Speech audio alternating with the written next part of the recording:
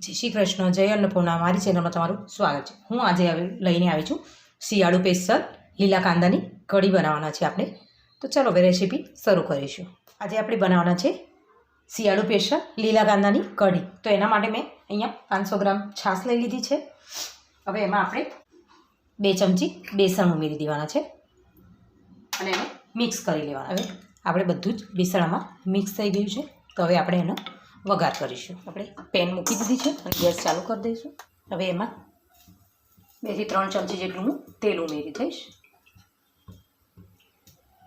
હવે આપણું તેલ ગરમ થઈ ગયું છે એટલે મેં અહીંયા ચપટી હિંગ ઉમેરી દીધી છે. હવે હું મેથી ઉમેરીશ, અડધી ચમચી જેટલી મેથી ઉમેરી છે. કઢીમાં મેથીનો સ્વાદ સરસ આવે છે. હવે મેથી ફૂટી ગઈ છે તો હું અહીંયા લીમડો ઉમેરી દઈશ અને 2 થી 4 ચમચી જેટલું આદુ મરચાંની પેસ્ટ છે. આપણે લસણ અને આદુની પેસ્ટ છે એને બરાબર સાતળી લઈશું. હવે હું એમાં ચપટી હળદર ઉમેરી દઈશ.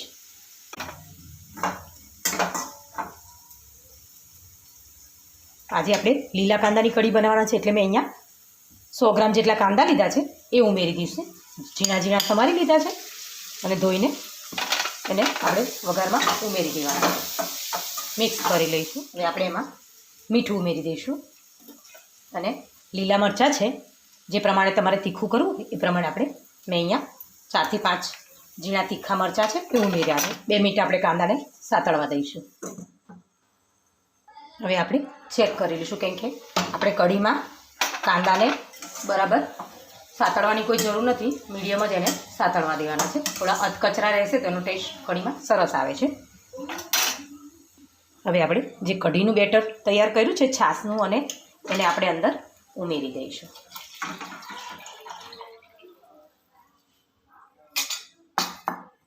હવે આપણે એને કન્ટિન્યુ હલાવતા રહેવાનું છે.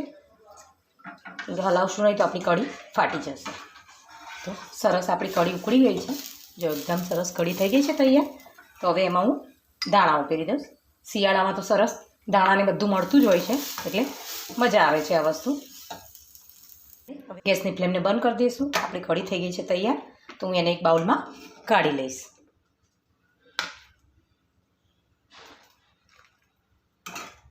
તો તૈયાર થઈ ગઈ છે આપણી શિયાળાની સ્પેશિયલ લીલા કાંદાની કઢી. ગુજરાતી લોકોનો તો આ એક જાતનો સૂપ જ હોય છે.